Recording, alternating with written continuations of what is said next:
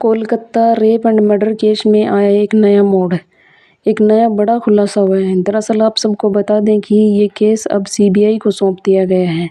इस केस को लेकर अब सीबीआई जांच शुरू कर रही है और सीबीआई ने आरोपी संजय को गिरफ्तार भी कर लिया है और अपनी कस्टडी में ले लिया है, जिसके बाद मौका वारदात पर पहुंचकर सीबीआई ने अपनी जांच शुरू कर दी है और तमाम चीज़ों और तमाम पहलुओं पर संजय से पूछताछ भी की है।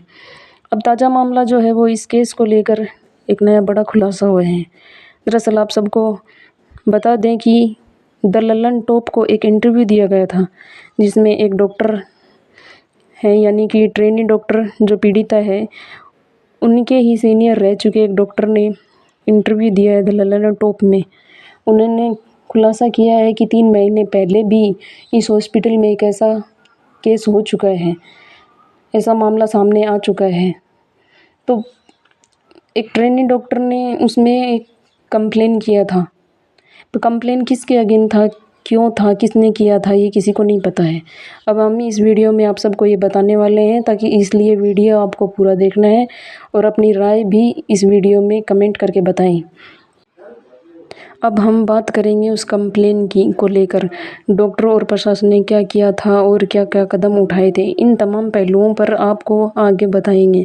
दरअसल ये एक डॉक्टर हैं जो पीड़िता के साथ 1 साल तक सीनियर रह चुके हैं। उनके साथ 1 साल तक इन्होंने काम किया है। इन्होंने बताया है कि उस हॉस्पिटल में पहले भी एक ट्रेनी डॉक्टर ने छेड़छाड़ के मामले का कंप्लेन किया था, लेकिन आज तक प्रशासन और पुलिस यानी कि डॉक्टरों ने कोई भी कदम नहीं उठाए हैं। अभी तक भी उस पर कोई कार्रवाई नहीं की गई है।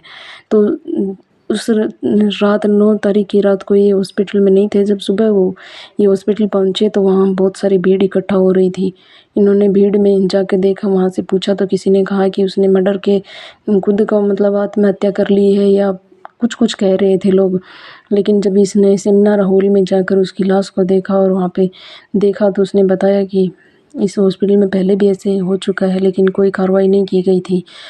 अब इस डॉक्टर ने बताया है कि ये उसको बहुत अच्छे से जानते थे और उन्होंने बताया कि संजय अकेला ऐसा कुछ नहीं कर सकता, इसके पीछे और भी बहुत सारे लोग हैं। अब लोगों का मानना है कि अगर इस केस में और भी लोग जुड़े हैं तो सबको मतलब अच्छे से जांच होनी चाहिए और सबको सामने लाना चाहिए और सबको सज़ा भी होनी चाहिए।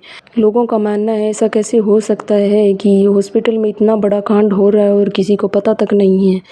उस समय जब ये कांड हो रहा था तो हॉस्पिटल का स्टाफ क्या कर रहा था, कहाँ था ये स्टाफ वहाँ का। ऐसा तो नहीं हो सकता कि इतना बड़ा कांड हो और किसी को पता भी ना चले।